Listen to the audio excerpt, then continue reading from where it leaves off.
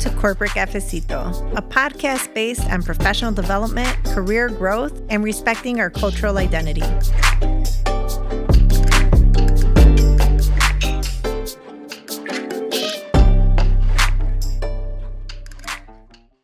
Hi, everyone. Welcome back to Corporate Cafecito. Yo soy Nayeli Suarez Guest. And if you are like any Latine, and we can say this about all of us, you love food with flavor. And, one of the things that we are lucky is that we have a lot of people who are exploring and celebrating our flavors. And one of those people include Mayra, who's here with us today. And she is the founder, maker, believer of Healthy Rican. So welcome. Mayra, tell us a little bit about yourself. Thank you for having me. First of all, I'm super excited to be here. Well, my name is Mayra. I grew up in Puerto Rico, and like as you mentioned, flavors and just food is a big part of our culture, right?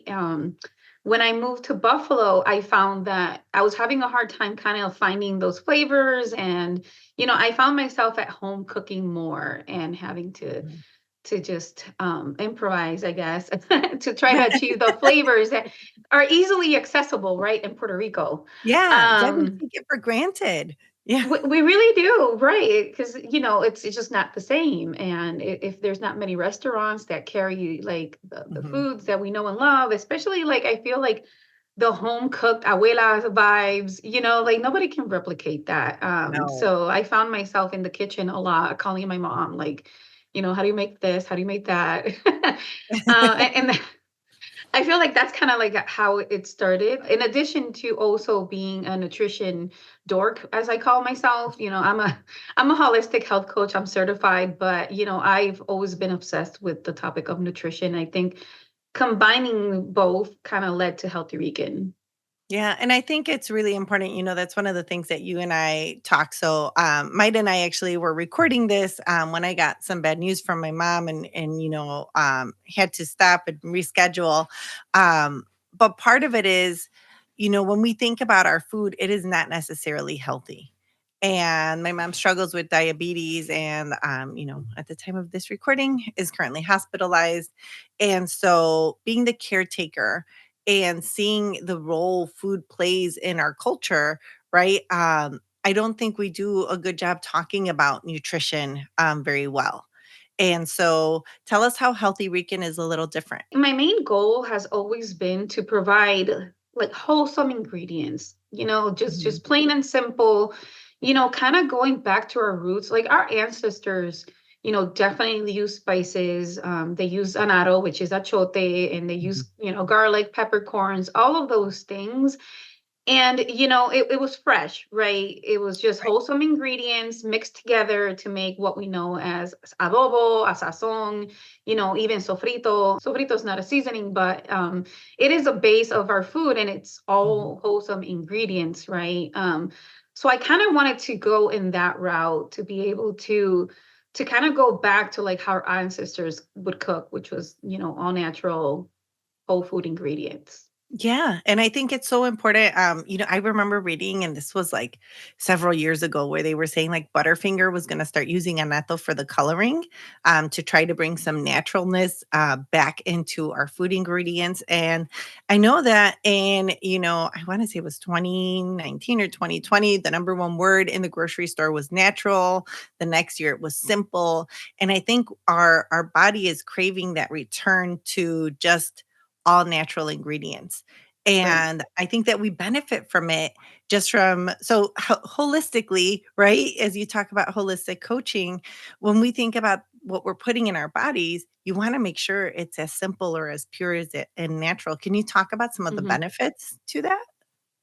Oh yeah, 100%. So, our body recognizes simple ingredients. The more we add to it, it's just harder for the body to kind of process, digest, and things like that. I'm a true believer of balance and just kind of, keeping it simple, but also, don't deprive yourself either of some other things that we know and love, even if it's processed food. But, if we just focus on wholesome and home cooked meals and home cooked ingredients, more than we do, the easy grab and go stuff. Yeah. I think just balancing that out is the key. I think so too, and I find that I'm surprised by how much sugar there is in, like, things that you would not expect there to be sugar in, or, like, I feel like what is it? MSG, monosodium glutamate, like, is in a lot of things where you're like, "Why are you in this?" Or, "Why are you here? It's not natural." Like, garlic doesn't need this much help. Garlic is delicious on its own. So tell your story. I love how you started in your kitchen. So walk us through your journey of, like, setting up this company. Yeah, so it all started with me. I started developing autoimmune issues in my early 20s after I had a kid. And I think it was between hormones and everything. I was diagnosed with Hashimoto's, which is autoimmune that attacks your thyroid, and then from there, I feel like everything just kept piling up. Anxiety, depression, like you name it. I kept going to the doctors, and you're okay, you're okay, you're okay. I'm like, there's no way I'm okay. I don't feel okay. I You had don't feel okay. major Yeah. digestive issues. So, I feel like I've always been drawn to, like, home remedies and things like Mhm. that. I remember even like my abuela, she always had a cure for something, For like, everything. Yeah. a stomach bug, the flu, she would just, I don't know, make something, put it on your feet, go to sleep, and teas and things like that. My mom is kind of the same way. She's always making teas, and Mhm. I gravitated towards that, and I just started doing research on my own and just, yeah, honestly experimenting with my own body, and just figuring out what works for me. I truly believe in that, and bio individuality, where everybody's different. We all kind of have to figure it out for ourselves with the help of professionals, of course. Of course. Yeah. But we have to be our best advocate. Anyway, long story short, I changed my habits, my eating habits. I started cooking more at home. I started making more of the home remedies. Lo and behold, my digestive issues improved significantly.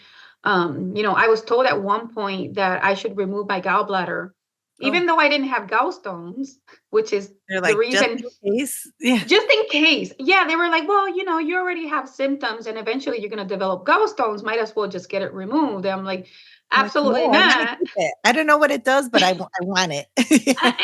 Well, now I know what it does, but at the time I didn't. And I'm glad that What I does it kept it, do? because now I know how important the gallbladder is. It works together with the liver to detox our body and get rid of toxins. So I'm glad I worked on it, and just changed my eating habits. It was as simple as just doing the switch. And Yeah. that kind of sparks that need in me to want to share with others and be like, hey, be your own advocate. Let's just, let's eat healthy. Let's focus on nutrition. Let's focus on eating nutritious foods rather than dieting. I'm not a big of, I'm a foodie. I'm not big on I like like doing to eat these. too. Yeah. um, I'm not big on doing these fad diets or any of that. I went through those stages in my life where I just focused on being skinny, and it brought more mental health issues than anything. So, but anyway, that's kind of how it all happened. I wanted to just eat healthier. I changed my nutrition. Mhm. I became a certified health coach because I wanted to help others. Good. And being Puerto Rican, I started sharing my like Puerto Rican foods, how to make them healthier. I was writing a cookbook at the same time, like how to, how to do simple switch, on eating Puerto Rican food in a healthy way. And with that came the seasonings, and that just took a life of its own. Yeah, and I love your story. So, like, you started in your kitchen, and then you just kept growing and growing, and so I bet, what did your house look like during that time? Oh gosh, it's, oh my God. I am so glad we are, past that. But like at the beginning, I started selling locally, and I was literally making batches by hand. So, I still have my giant bowl where would mix seasonings. I actually injured my rotator cuff doing that during that Oh, time. that makes sense. Yeah, if you yeah. Because I was doing this, mixing the seasonings, jarring, sealing, doing all the things. But it was quite stressful for sure at the beginning. But I'm glad I did it. I found my purpose, and even though I was working like endless, I had a full-time job, working the business at the same, creating content at the same time, it was like no rest. It was like all the time I was working, maybe I would have one day every 2 weeks or something that I wouldn't do anything. So, So I know you and I connected about being our parents' caregivers oh yeah. and how, as an entrepreneur, sometimes they see your time as open, right? Because we're not going to a 9 to 5, we don't clock in.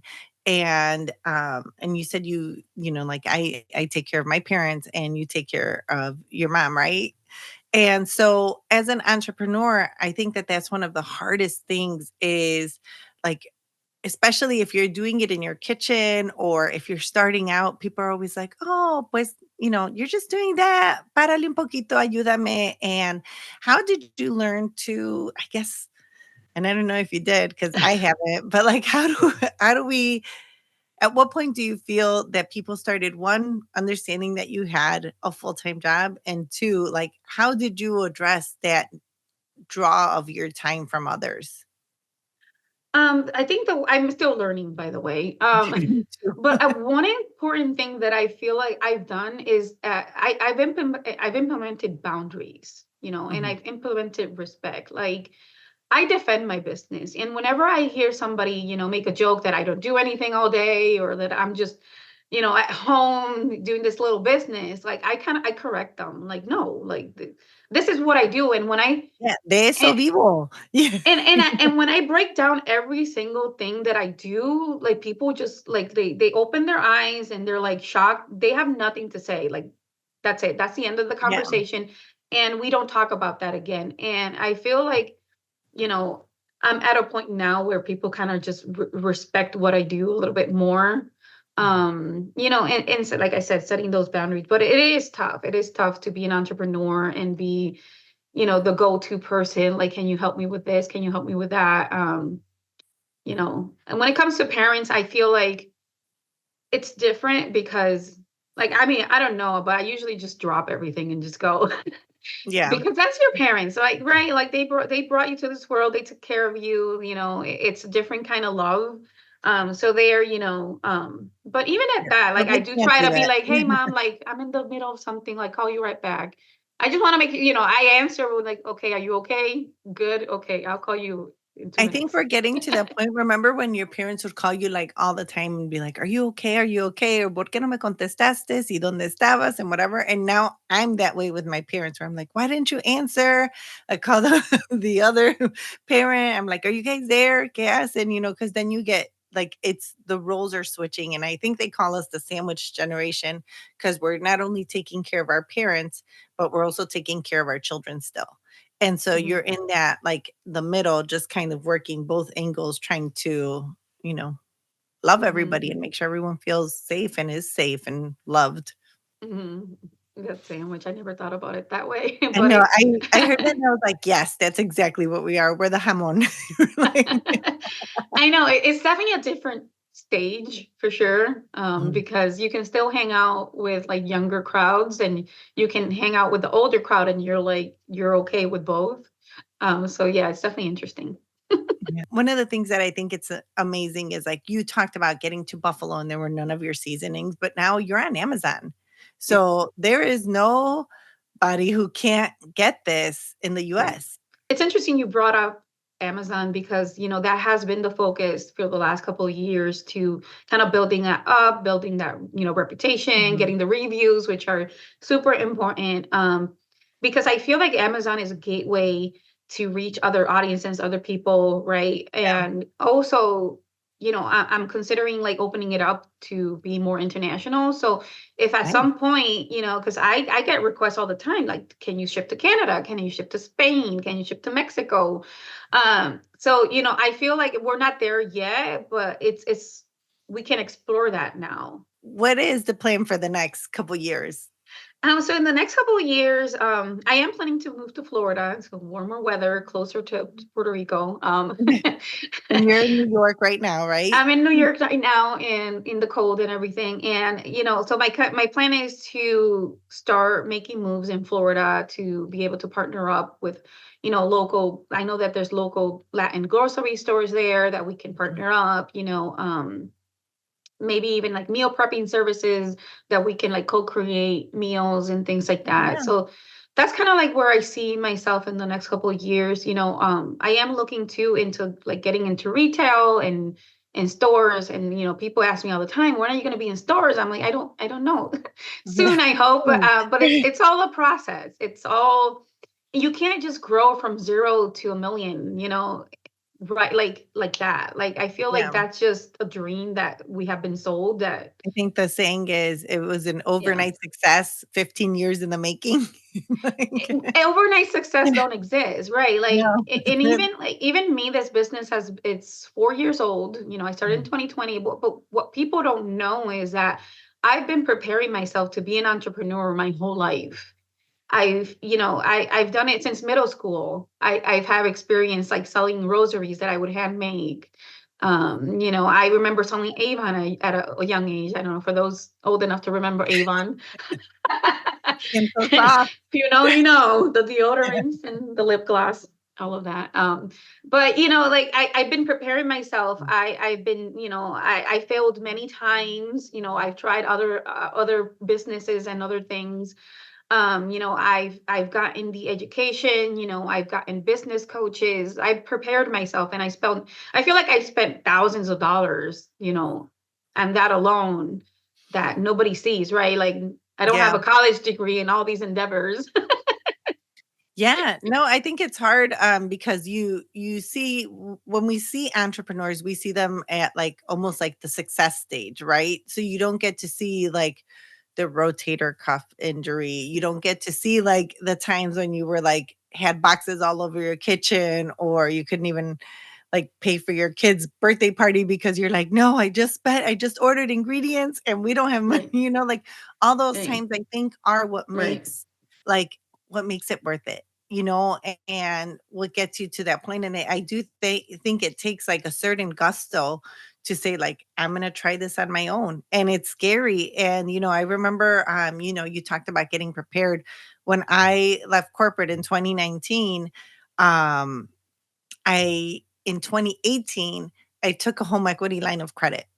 And I remember telling my husband, I'm like, we have to do it now because next year no one's going to give us money. And we need to have something like to fall back on if everything goes bad.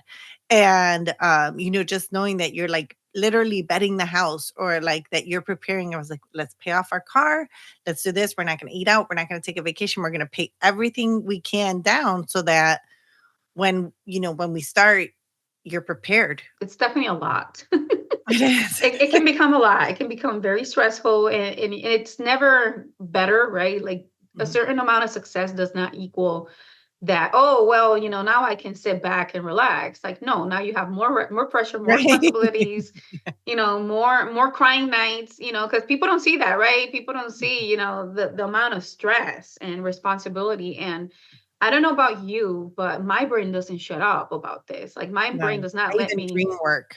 Yeah, like, it's like, like, can you just, and I'm in the middle of a shower or in the middle of a spa, like, I don't know, like, whatever I'm doing, like, an idea came up and like this came up, and I'm like, oh, really? Like, we're trying to Yeah. Netflix and chill right now. Like, Like, I stop just it. wanna yeah, I have a meditation app on my phone, and I can only do, like, the 5 to 8-minute ones Mhm. because I if I'm in there longer, I start thinking about everything else, and then I'm like, "Oh," I get anxious.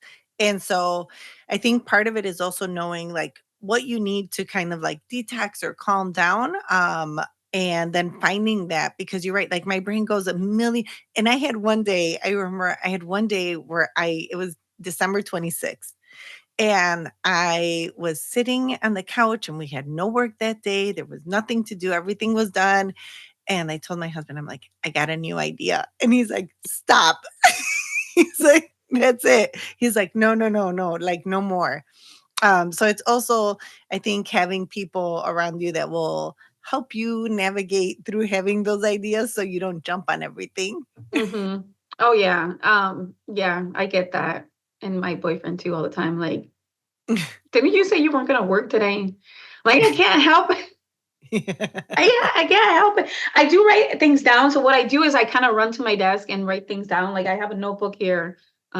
This one's this year's. Mm, So I have notebooks. So, what's funny? I want to mention this. I don't know why it just came to me, but I was cleaning my office and I have these here because I still haven't figured out where to put them. But I literally have a notebook for like Oh. through the whole journey of since we started. So these are called, like, I call them, how people do vision boards? Yeah. And I used to do that until I think 2019. I got tired of it. I'm like, you know what? I make them, they collect dust, they're Yeah. on the wall for a whole year. I don't even look at it. How can I look at it? Right. So I started making notebooks. Do you remember the good old notebooks? I love the notebook. I have notepads. I use paper for everything. Right. So in school, I don't know, back in my day, there was no cute notebooks. We had to make our own and we would Yeah, put on stickers on it and put contact paper. So I started buying composition notebooks and just putting my vision right on the notebook. I love it. And then this is where I would journal. And I have one for almost each year. And I can say that what's on the notebook, like what I put on there, like almost to the T, everything has happened. So anyway, I just wanted to mention that because I know that a lot of us out there believe in the power of manifesting and, Yes. you know, positive thinking. And, a lot of us probably watch the movie The Secret, right? Where the law of attraction and all of that. And I'm a true believer in that because once I started kind of really narrowing or honing into my spirituality of like, okay, we are going to pray every day. We're going to be grateful. We're going to journal. We're going to meditate. I also use an app as well. And kind of follow that gut instinct. Yeah. Things kind of just started lining up. And whenever I steer away from that gut instinct, as I call it, man, everything goes bad. Yeah. My grandfather would always say que el que apuesta con miedo siempre pierde. And I was like, "You're right. You're right." So if I start second guessing anything, I'm like, "Nope, get it away." I'm like, "No, it's gotta be like you've gotta feel it." And that's when you know you're heading in the right direction. And you're right, like, if you second guess yourself or you don't trust your gut, like, there's something that your gut tells you, like, yes or no, or Hmm. it will work or it won't work, and you have to trust your instincts. Oh, man, you have to. And I know it's hard. It's really hard sometimes to be like, oh, especially when it comes to people, right? Relationships of any kind, right? It could be Mhm. family, it could be business relationships where you're like, you know this person and you love them and you care for them, but something feels off, but you don't want to let them go. Or I don't know, this is just an Yeah, example. I mean, typically it's just the new universe kind of like letting you know, no, we're heading in this direction now. And we it's have a hard interesting time you of letting bring that go. up because I think that we have, in our culture, we celebrate loyalty, right? Like, we've been together forever, we're gonna stay together forever, and to your point, it's also understanding when to let go, and I think that that was really good, like, you're right, sometimes we hold on longer than the other person. Um, Right. and Yeah. it doesn't serve you, it doesn't help your cause, it doesn't support your business, sometimes they take away from your time, or Mhm. they're the naysayers, right? The people who are like, um, saying like, "Oh, that won't work." I mean, I Right. remember I started a trucking company in 2019. So I started Elevar to do my, business coaching and, professional development, and then I started a trucking company. And I remember my family was like, "Tanto estudio para andar con trocas." And I was Mm. like, and then the pandemic hit, and guess what? Trucking was a really good idea. Um, and my other business, Elevar, was kind of on hold because no one was investing in their professional growth. So I Mhm. think it's trusting your gut. And then, that year I was just like, okay, I have to put the naysayers on the back burner. I can't let them get in my head because if they Yeah. get in my head, I'm going to start second guessing myself. 100%. Yeah. No, for sure. I mean, I've always been a rebel, so I never Mm. listened to anybody. If you ask my parents or anybody that knows me knows, like, oh, nah, you don't listen to nobody. But I do. I think that the thing is that I secretly do. I may Yeah, not show it to you in your face. I may not be agreeing with you. I may be, but it's in your head. but in my Mhm. head, I am listening to all Yeah. for many years, I feel I never pursued what I really wanted because of that, because of what I've always heard all my life, or what I shouldn't do, and taking advice. And now I have this rule that I don't take advice from people that are not doing what I want to do. Oh, that's good. Yeah. Right, like, if you're not at the level of success where I see myself or, like, going and doing or, it doesn't even have to be success, just somebody that I admire, like, Mhm. wow, how great that person Yeah. is. Okay, I'll take advice from them. Yeah. No, it's true. You gotta listen to the people that are going to push you forward. And I always say, like, sometimes the feedback may hurt, but if you believe the person, or you trust a person, or that person has good intentions, then you take it differently than, like, random people just giving you advice. Mhm. So I think that that's really good advice to trust the people, to go for people that Yeah. have been in your shoes, or can model it, or can tell you, or at least believe in you enough to try to push you. Right. No, yeah, 100%. So yeah, my way of doing that is just going to different like events. I go to mastermind events and networking events and just events designed for entrepreneurs and people, crazy people like me. And then we just connect and it's just Yeah. cool. I love networking events, because to me, it feels like coworkers.